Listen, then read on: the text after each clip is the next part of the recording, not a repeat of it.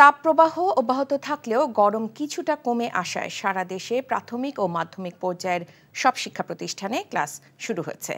কিছু শর্ত সাপেক্ষে শিক্ষা প্রতিষ্ঠানে পাঠদান কার্যক্রম অব্যাহত থাকবে। তবে শিক্ষা মন্ত্রণালয়ের সিদ্ধান্ত অনুযায়ী ক্লাস শুরুর আগে কোনো প্রতিষ্ঠানে অ্যাসেম্বলি করা যাবে না। পাশাপাশি শিক্ষার্থীদের ক্লাসের বাইরের কোনো শিক্ষা কার্যক্রমেও অংশ নেওয়া যাবে না। আরও জানাচ্ছেন মিজান রহমান। ঈদ উল ফিতরের ছুটি শেষে গত ২১ এপ্রিল সারা দেশে সব শিক্ষা প্রতিষ্ঠান খোলার কথা ছিল। তবে তীব্র তাপপ্রবাহের কারণে ২০ এপ্রিল প্রাথমিক ও গণশিক্ষা মন্ত্রণালয় এবং শিক্ষা মন্ত্রণালয়ের অধীন সব স্কুল, কলেজ, মাদ্রাসা ও কারিগরি শিক্ষা প্রতিষ্ঠান ছুটি ঘোষণা করা হয়। তবে অনেকদিন বন্ধের পর স্কুলে এসে খুশি শিক্ষার্থীরা। বিকাশে কম খরচে ক্যাশ আউটের লিমিট বেড়ে ৫০,০০০, প্রিয় এজেন্টও ২টা।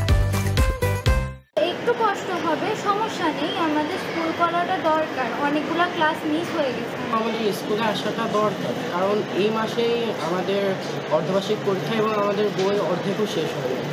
এত রোদ, এখন ৫টা পর্যন্ত আমাদের ক্লাস হচ্ছে, প্রচুর হচ্ছে, কারেন্ট চলে যাচ্ছে, তার মধ্যে অনেক কষ্ট হচ্ছে আমাদের। গরমে আমাদের অনেক প্রবলেম হচ্ছে, কারেন্ট থাকছে না, এর জন্য ক্লাস করতে সমস্যা হচ্ছে অনেক।